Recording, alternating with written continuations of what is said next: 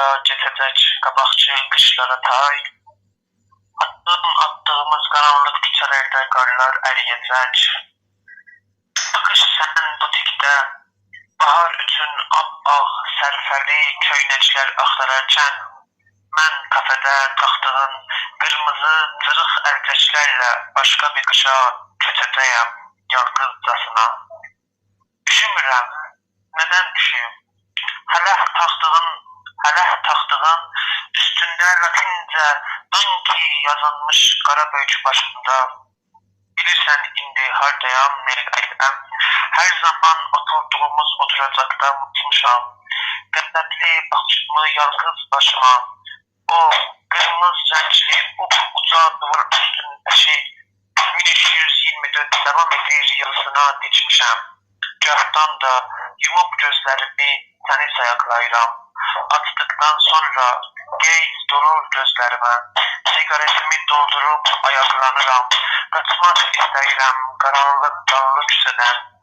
Ancak eller çıkır asfaltın içinden. Ayağımı çəkirlər özlerine sarı, gözlerine sarı. O iki minyatürü kızıl gülə, uzatılan parmaklara batan bıçanların bizi olmak belə, uyanıştan sonra belə, en ince duyguydu benim için. Elə indi də səni sayaqlayıram ve axtarıram sınık batumlar içinde. Neticede uğurlayırlar gözlerimi 1385 qanlı ayaklar izleri ve این تماس از زندان اوین می باشد. özleriyle aparır bir başka qanla yazılmış duvara sarı, bir şuara sarı, qana qan, cana can.